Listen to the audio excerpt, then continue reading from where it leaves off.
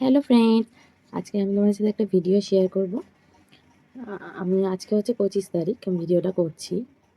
আমার অ্যানিভার্সারি হচ্ছে 27 ফেব্রুয়ারি। আর আমি ভিডিওটা শেয়ার করব হচ্ছে আমার অ্যানিভার্সারি সেলিব্রেট হবে সানডেতে, তারপরে। কারণ আমার হাজব্যান্ডের জন্য এটা একটা সারপ্রাইজ। আমি আমার হাজব্যান্ডকে আমি তো কেক বানাই, অনেকেই জানো।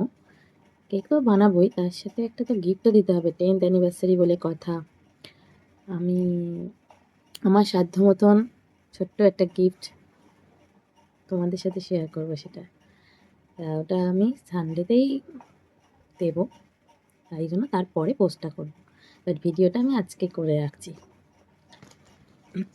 আমি আমার হাজব্যান্ডকে একটা ছোট্ট গিফট দেবো, কিন্তু ওই ছোট্ট গিফটের সঙ্গে অনেক কিছু জড়িয়ে আছে, অনেক স্মৃতি, অনেক আবেগ, অনেক ভালোবাসা। সোনার সোনার রিং একে অপরকে পরায়, এটা তো সবাই করে, বাট আমি কিছু ইউনিক করতে চাই। আর সোনা দেওয়ার ক্ষমতাও নেই আমার। এই দেখো,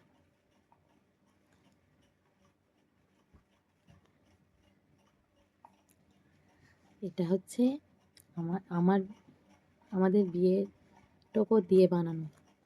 আমার মুকুটটা দিয়ে ওর রিংটা বানানো, আর ওর বিয়ের টোপরটা দিয়ে আমার রিংটা বানানো। এটা আমার কাছে খুবই স্পেশাল, এবং অ্যামাউন্টও খুবই কম। তোমরাও যারা আবেগপূর্ণ স্মৃতিটাকে আগলে ধরে রাখতে চাও, আমি এতদিন আমাদের টোপরটা যত্ন করে রেখেছি। এই টোপরটা আরও যত্ন করে গেল। এটা হচ্ছে রেজিন দিয়ে বানানো। রেজিন আর্টিস্ট বিদিশাদিকে দিয়ে বানিয়েছি, বিদিশা ধর। দিদির কাজ খুবই সুন্দর। আমি এই রিংটা বানিয়েছি দিদির কাছ থেকে।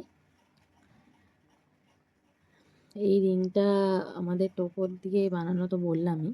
তা টোপরটার যাতে আমাদের টোপর তো ভেঙে ভেঙে যাচ্ছে, গুঁড়ো হয়ে যাচ্ছে, কিন্তু এইটা থেকে যাবে। রেজিন দিয়ে কিছু বানালে সেটা থেকে যায়।